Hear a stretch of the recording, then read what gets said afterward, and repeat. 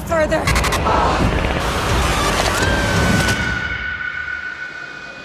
Tog'lar yaqinidagi yo'lda James mashinani juda katta tezlikda haydab ketayotgandi. U bir lahzaga chalg'ib, oldidagi yuk mashinasini deyarli urib yuboray deydi. Shunda u to'qnashuvdan qochish uchun mashinani keskin buradi va yo'l chetidagi bir nechta chamadonlarni bosib ketadi. Mary ismli qiz esa shoshilib narsalarini yig'a boshlaydi.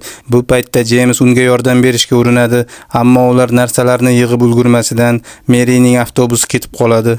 U shaharga ketayotgandi, biroq endi uning ona shahri Silent Hillga qaytishdan boshqa iloji qolmaydi. Shunda James uzr so'rash maqsadida uni mashinasida Silent Hillga olib borishni taklif qiladi. Aynan shu paytda shamol kuchayib, bulutlar quyoshni to'sib qo'yadi. Mary esa bu Silent Hilldagi odatiy yozgi bo'ron ekanini tushuntiradi. To'satdan Mary go'yo suv ostida cho'kib ketayotgandek ko'rinadi, biroq bu aslida juda mast holdagi Jamesning tushiga o'xshash holat bo'lib chiqadi va u tungi klubda uyg'onadi. Bu paytda uning telefoni tinmay jiringlaydi, ammo James unga e'tibor bermay ichishda davom etadi. Ofitsiant qiz kelib, unga ketish vaqti bo'lganini aytadi. James turayotganida tasodifan qizga urilib ketadi. Natijada qizning qo'lidagi bir nechta stakanlar yerga tushib sinadi. Shundan keyin qo'riqchi Jamesni klubdan chiqarib yuborish uchun uning oldiga keladi. Ammo James uni itarib yuboradi va qo'riqchi stol ustiga yiqilib tushadi. James esa jiringlayotgan telefonini olishga urinadi, biroq qo'riqchi uni ortidan ushlab oladi. James undan qutulish maqsadida boshi bilan unga zarba beradi, ammo shu payt yana 2 nafar qo'riqchi kelib uni ushlab oladi va oxir-oqibat klubdan haydab chiqarib, axlat uyum ustiga uloqtirib yuboradi. Uning telefoni yana jiringlaydi va bu safar James qo'ng'iroqqa javob beradi. Qo'ng'iroq qilayotgan odam uning terapevti Emmy edi. Emmy James mast ekanini bilib bundan hafsalasi pir bo'ladi va unga o'zini aybdor his qilmasligi kerakligini eslatadi. So'ng ertaga uchrashuv borligini aytib, uyga borib dam olishni tavsiya qiladi. Uyga qaytgach, James o'zi chizgan Maryning suratiga qaraydi va uning yuzi ko'z oldida jonlanadi. U hammasini unutish uchun yana ichishga urinadi, biroq oxirgi shisha bo'sh edi. U jahl bilan shishani polga uloqtiradi va uning dumalab borishini kuzatadi. Shisha oxir-oqibat Jamesning nomi yozilgan konvert yonida to'xtaydi. U konvertni ochadi va ichidagi xatni o'qib hayratga tushadi. Mary ajrashganlariga ancha vaqt bo'lganini bilishni yozgan, ammo muhim bir voqea yuz berganini va shu sababli Jamesdan Silent Hilldagi eski uylariga kelishini so'ragan. James tun yarmida kuchli bo'ron ostida Silent Hill tomon yo'lga chiqadi. U tog' tunnelga yetib borganida esa tunnel yopiq ekanini ko'radi. Shundan so'ng avtovokzalga qaytib, mashinasini to'xtatadi va tunab qolishga qaror qiladi. Uyqu davomida u Mary bilan o'tkazgan hayotiga oid xotiralarni ko'radi. Maryni uyga qaytarib olib borganidan keyin ular uchrasha boshlagan va James Silent Hillda uning yonida qolishga qaror qilgandi. Ba'zan Maryning burnidan qon kelib, Jamesning yuziga tomchilardi. Vaqt o'tib, ular ajrashib ketishadi va James shaharga qaytadi. U yerda asta-sekin ichkilikka ruju qo'yib, alkogolga qaram bo'lib qolgan. Ertalab James Silent Hillgacha qolgan yo'lni piyoda bosib o'tishga qaror qiladi. O'rmon ichida ancha yurgach, atrofni qalin tuman qoplaganini va osmondan kul yog'ayotganini payqaydi. Yaqin atrofda Angela ismli ayol og'ir sumkalarni ko'tarib ketayotgandi va u Jamesdan yordam so'raydi. James undan kul haqida so'raganida, Angela yoz oylarida katta yong'in chiqqanini, o'rmon yonib ketganini va yong'in faqat yomg'ir yog'ganidan keyingina to'xtaganini tushuntiradi. Suv tozalash inshooti ham toshqinlardan zarar ko'rgan, suv ifloslangan va natijada odamlar shaharchani tark etishgan. Shunga qaramay, James Mary haqida o'ylagan holda yo'lni davom ettiradi. Bir vaqtlar Mary bilan birga yashashga rozi bo'lgandi. Mary unga o'zining asl tabiati uni qo'rqitib yuborishidan xavotirda ekanini aytgandi, ammo James unga har doim yonida bo'lishga va'da bergan. Uzoq yurishlardan so'ng James nihoyat Silent Hillga yetib keladi. Shahar kul va qalin tuman bilan qoplangandi. James baland ovozda baqira boshlaydi, ammo hech kim javob bermaydi. To'satdan u musiqa ovozini eshitadi. Ovoz tomga qarab borib, radio eshitilayotgan tunnelga kiradi. Yerda esa ustiga yopinchiq yopilgan bir odam yotardi. James u bilan gaplashishga urinayotgan paytda orqa tomondan g'alati bir shovqin eshitiladi va radio birdan ishlamay qoladi.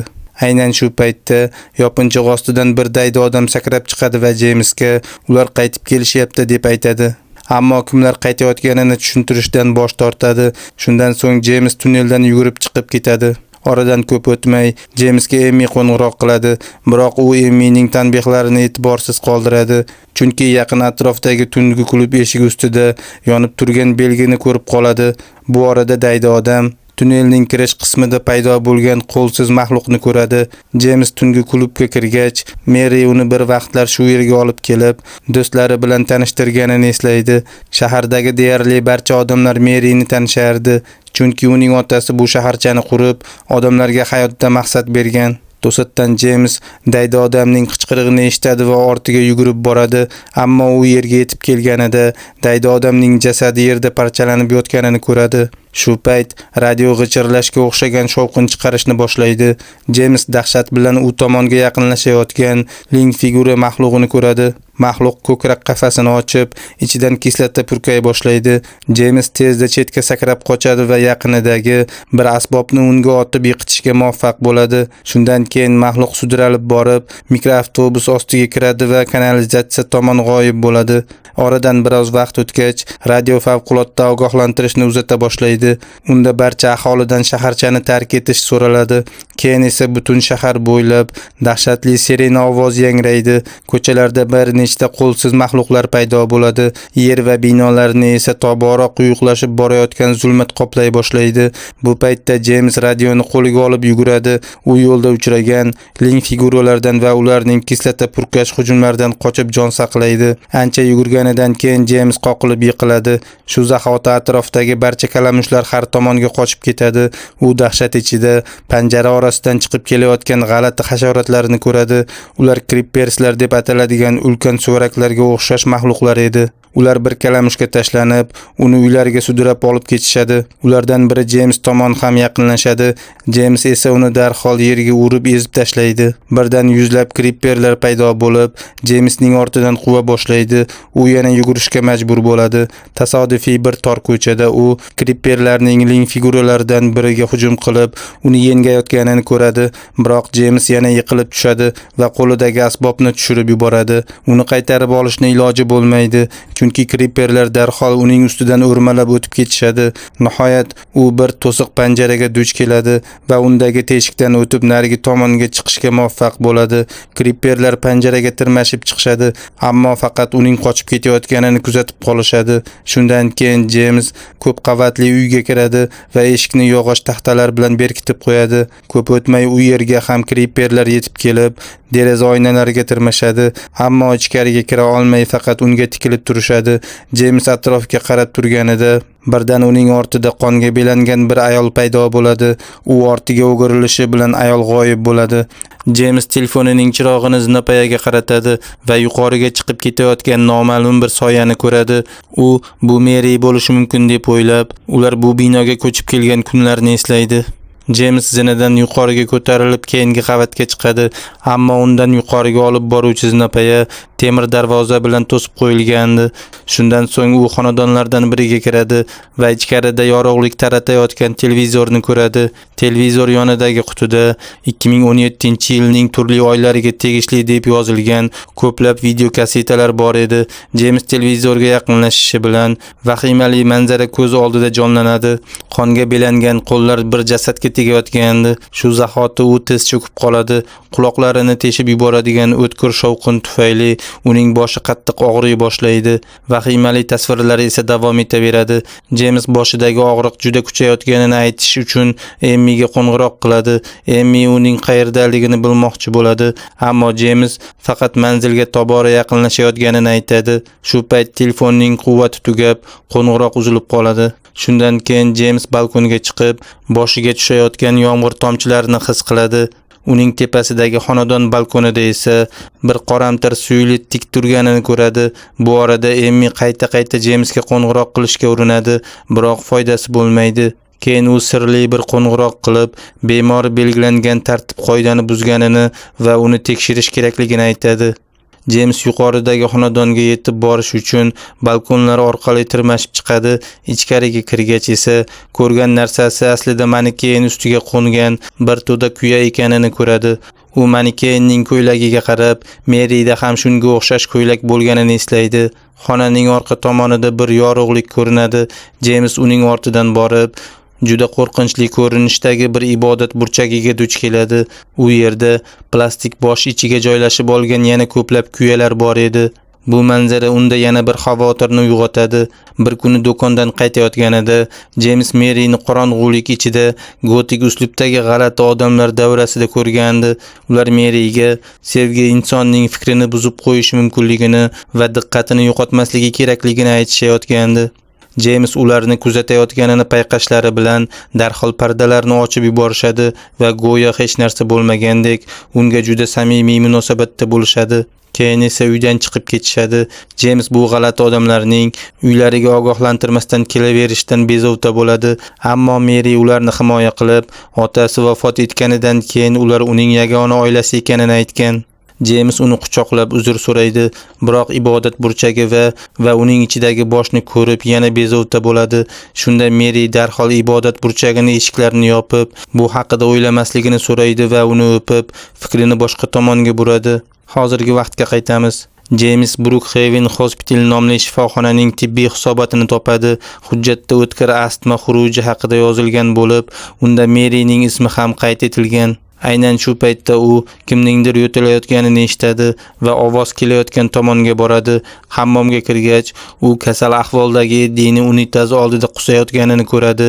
Eddie Jamesdan nega u hamma kabi kasal bo'lib qolmaganini so'raydi. James esa bir odamni qidirayotganini aytadi.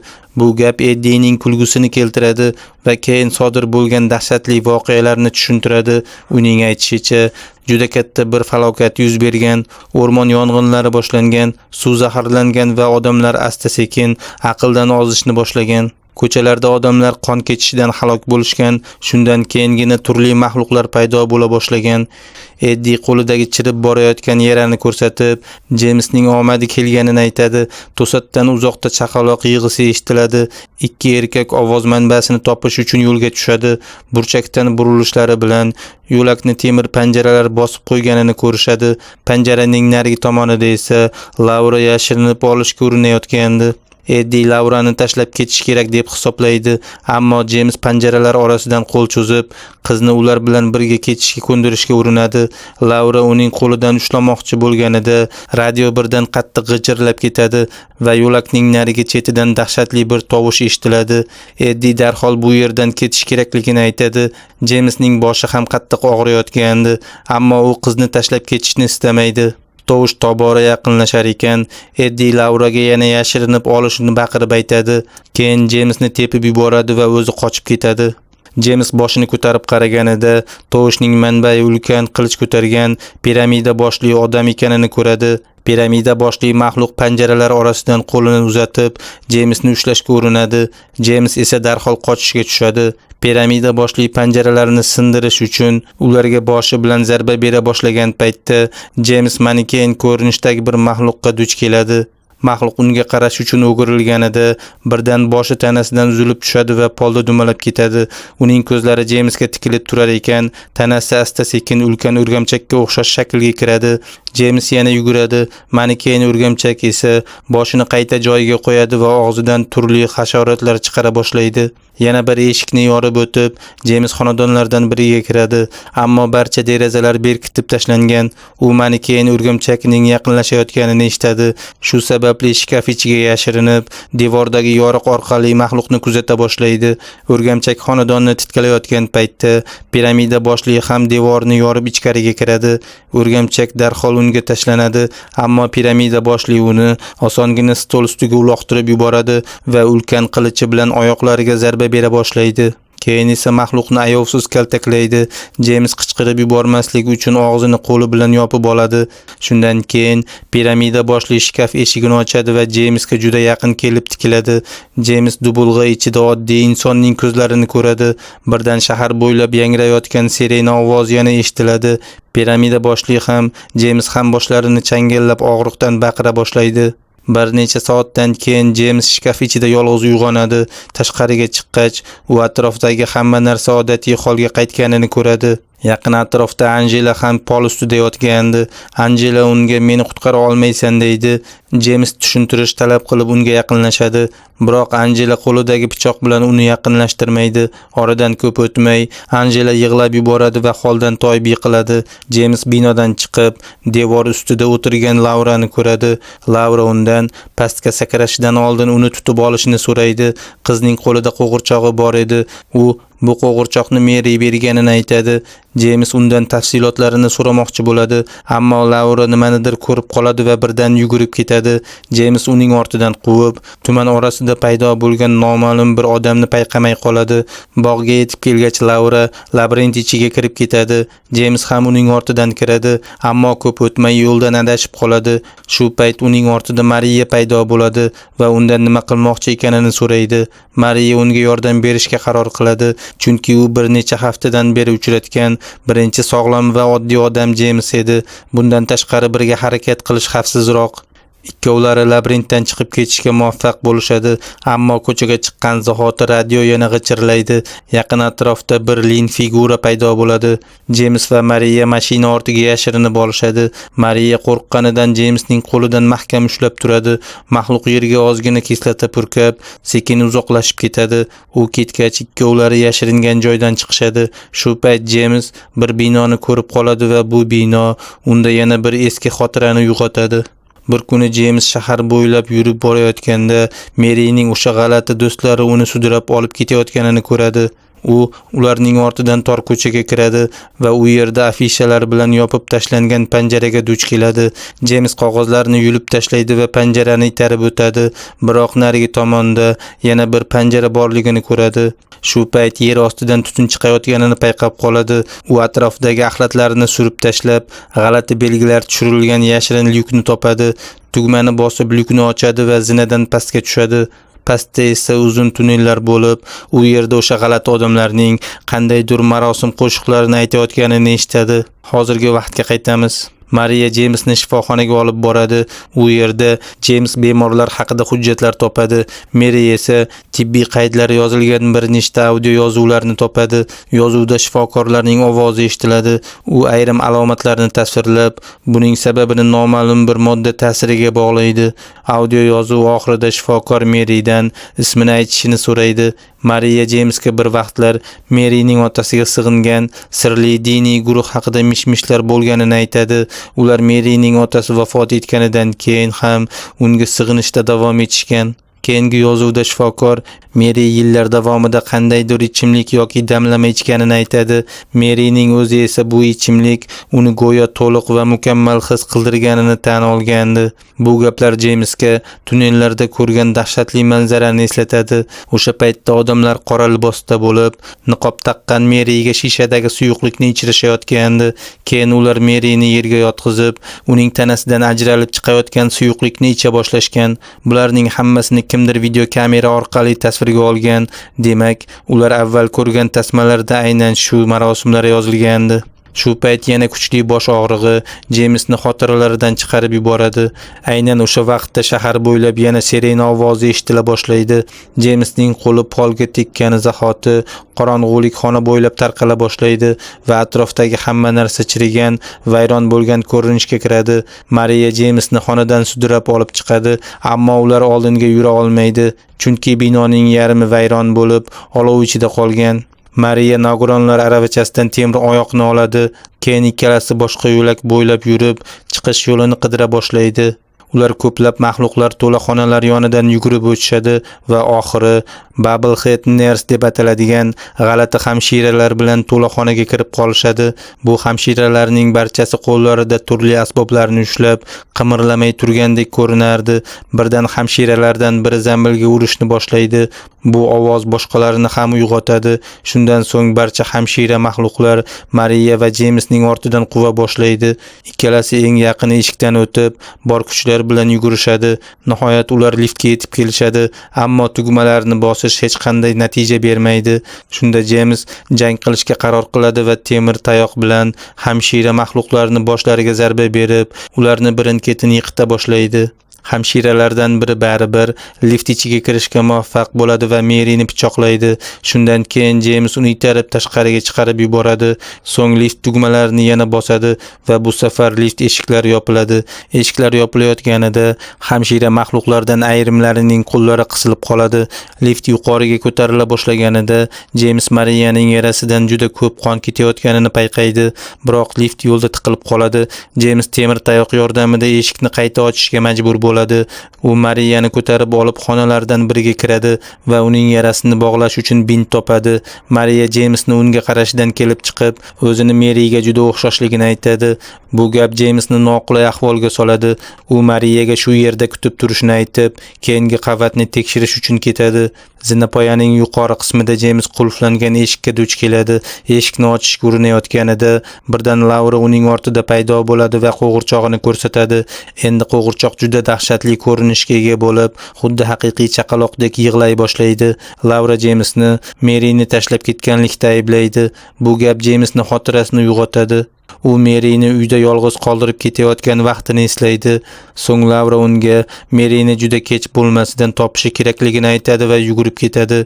James qizning ortidan boradi. Laura oxiri 318-xonaga yashirinadi. James ham shu xonaga kirishi bilan Laura tashqariga chiqib eshikni qulflab qo'yadi. James eshikni mushtlab unga baqira boshlaydi. Shu payt xonada g'alati bir tovush eshitiladi. To'satdan shkafda ulkan choyshablar bilan qoplangan karavot paydo bo'ladi. Laura kalit teshigi orqali gapirib, Jamesdan nega bu yerga kelganini so'raydi. Choyshablar asta-sekin ochiladi va ostidan odamga o'xshash, ammo juda qo'rqinchli maxluq ko'rinadi. Uning burnidan qon oqib, xuddi Merida bo'lgani kabi Jamesning yuziga tomchilaydi. James uning ismini aytgach, maxluq birdan 4 ta qo'l chiqarib uni mahkam ushlab oladi. Keyin qo'llardan birini Jamesning og'ziga tiqib yuboradi. James nafas olishga qiynalib kurashayotgan paytda Laura unga tayyor bo'lgach yana qaytishini aytadi. Birdan James uyg'onib ketadi va o'zini kasalxona kravatida yotgan holda topadi. U vahimaga tushadi, ammo bir shifokor uni tinchlantirishga urinib, hozir Silent Hilldagi Brookhaven shifoxonasida ekanini aytadi. James Mary haqida so'raganida xonaga Emmy kirib keladi. Emmy unga Maryni qo'yib yuborish kerakligini aytadi, chunki Mary bir necha oy oldin vafot etgandi. Bu gapni eshitgan James faqat yig'lay oladi. U o'z xotiralarini tushunishga urinadi. Kechqurun James nihoyat yana bir muhim voqeani eslaydi. Marosimdan keyin Mary uyga qaytganida James unga bu yerdan ketishlari kerakligini aytgandi. Bunga sabab sifatida tunnellarda ko'rgan dahshatli narsalarni keltirgan. Mary esa bolaligidan o'sha kultning a'zosi bo'lganini tan oladi. Uning aytishicha, otasi uni bunga majbur qilgan va uning boshqa tanlovi bo'lmagan. Mary Jamesning qo'rqayotganini aytganida uning jahli chiqib ketadi. U Maryga baqiradi va yelkasidan ushlab silkib, aslida o'zi qo'rqayotganini aytadi. Mary esa uni itarib yuboradi va kultdan qochishga harakat qilganini tushuntiradi, ammo James avtobusni o'tkazib yuborishga sabab bo'lgani uchun uning qochish rejasi barbod bo'lganini aytgan. Shuningdek, u Jamesga eng og'ir kunlarda ham uni tashlab ketmaslikka va'da berganini eslatadi, ammo James baribir uni yolg'iz qoldirib ketgandi. James uydan chiqib ketayotganida deraza ortidan unga tikilib turgan ko'plab yuzlarni ko'rib qoladi. Hozirgi vaqtga qaytamiz. Emmy boshqa bir shifokorga James Maryni yo'qotganidan keyin haqiqatni anglash qobiliyatini va uni qayta tiklash istagini ham yo'qotganini aytadi. Keyin Emmy Jamesning oldiga kirib unga tushuntiradi, Silent Hillning dahshatli va qo'rqinchli ko'rinishi aslida uning ongida paydo bo'layotgan ta'sirotlardir. Agar u davolanish va ruhiy terapiyaga rozi bo'lmasa, bu gallyutsinatsiyalar oxir-oqibat uni butunlay yo'q qilib yuborishi mumkin. Emmy xonadan chiqib ketgach, James derazadan tashqariga qaraydi va ko'chada Maryga o'xshash bir ayolni ko'rib qoladi. Shu payt kuyalar deraza oynasiga qo'na boshlaydi, sirena yana eshitiladi va qorong'ulik kasalxonani yana bir bor qamrab oladi. To'satdan James o'zini Mariyaning yonida topadi. Mariya unga Maryni topa olmaganini, endi birga ketishlari kerakligini aytadi. James esa uni Maryga naqadar o'xshashligini payqaydi. Mariya Jamesni o'pib, ikkalasi shu yerda birga qolishlari mumkinligini aytadi, ammo James hech narsa demay lift tomon yurib ketadi. Mariya uni to'xtatishga urinadi, lekin James quloq solmaydi. Shunda Mariya ham uning ortidan liftga kiradi. Lift tezlik bilan pastga tusha boshlaydi. Yo'l davomida Mariyaning yuzi ba'zan dahshatli ko'rinishga kirib qoladi. Nihoyat lift to'xtaydi va James oldida Maryning suratlari bilan bezatilgan uzun ko'ylakni ko'radi. Yuqoridan qaralganida bu joy ulkan labirint ekanligi ma'lum bo'ladi. Mariya uning ortidan yurib, hammasi tugaganini tan olish kerakligini aytadi, ammo James unga qarab, "Sen haqiqiy emassan" deydi. Keyin uni yo'lda turgan to'siq deb ataydi va boshini changallaydi. Bu paytda chiroqlar miltillay boshlaydi. Mariya esa og'riqdan qichqiradi. Uning ortida ulkan qilich ko'targan piramida Xet paydo bo'ladi va u Mariyani qilich bilan o'ldiradi. Mariya qoni polga oqib yotgan paytda James ortiga o'girilib qaraydi va dahshatga tushadi.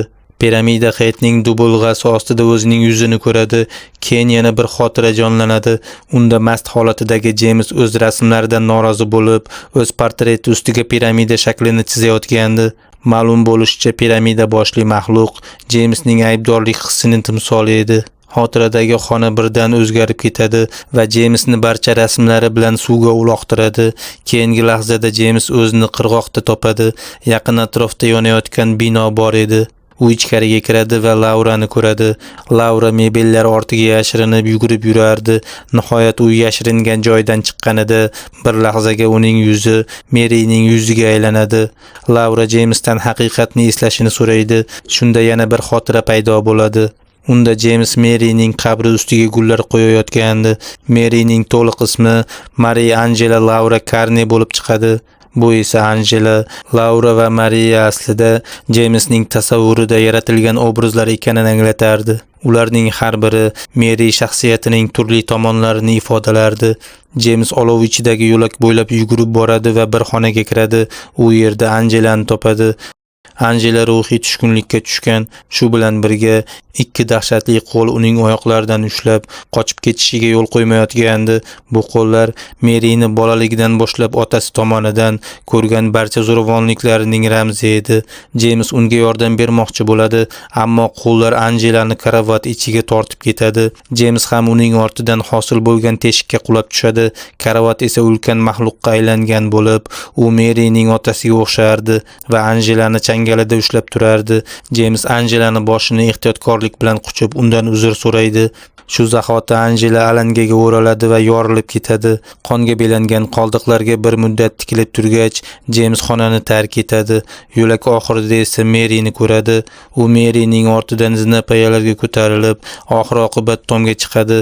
Tomda karavot ustida yotgan Maryning jasadi bor edi. Bu manzara Jamesga ajralishdan keyin Silent Hillga qaytgan kunini eslatadi. O'sha paytda Mary otasi tayyorlagan g'alati damlama sababli juda og'ir kasal bo'lib qolgan va uning omon qolishiga umid qolmagandi. Mary Jamesdan azoblarga chek qo'yishni so'ragan. Uzoq ikkilanib yurgach, yig'layotgan James sochiqni Maryning yuziga bosib, uning hayotiga yakun yasagandi. Olov ichidagi tomda James nihoyat o'tmishni qo'yib yubora boshlaydi. Karavot havoga ko'tarila boshlaydi va atrofini kuyalar o'rab oladi. Choyshoblar ochilib, Maryning dahshatli ko'rinishdagi qiyofasi namoyon bo'ladi. U Jamesni o'z bag'riga tortib quchoqlaydi va shu orqali uni kechirganini bildiradi. Keyingi lahzada James o'zini oddiy tom ustida Maryning jasadi yonida ko'radi. Shunda u bir haqiqatni tan oladi. U hech qachon o'zini kechira olmaydi. James Maryning jasadini mashinasiga joylaydi va eng yaqin ko'l tomon yo'l oladi. Mashina suvga tushib ketadi. James o'z hayotini yakunlasa, nihoyat Mary bilan birga bo'la olaman deb o'ylaydi. Ammo to'satdan yuk mashinasi yana paydo bo'ladi va James o'zini Mary bilan ilk uchrashgan kuniga qaytib qoladi. Avtobus yana ketib qolgan. Bu safar esa James Maryni Silent Hillga emas, shaharga olib borishni taklif qiladi.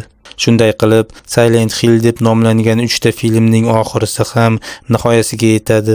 Video yoqqan bo'lsa kanalga obuna bo'lishni va bildirishnomalarni yoqishni unutmang. Shunda yana ko'plab qiziqarli kino sharhlarini tomosha qilishingiz mumkin. Ko'rishguncha xayr.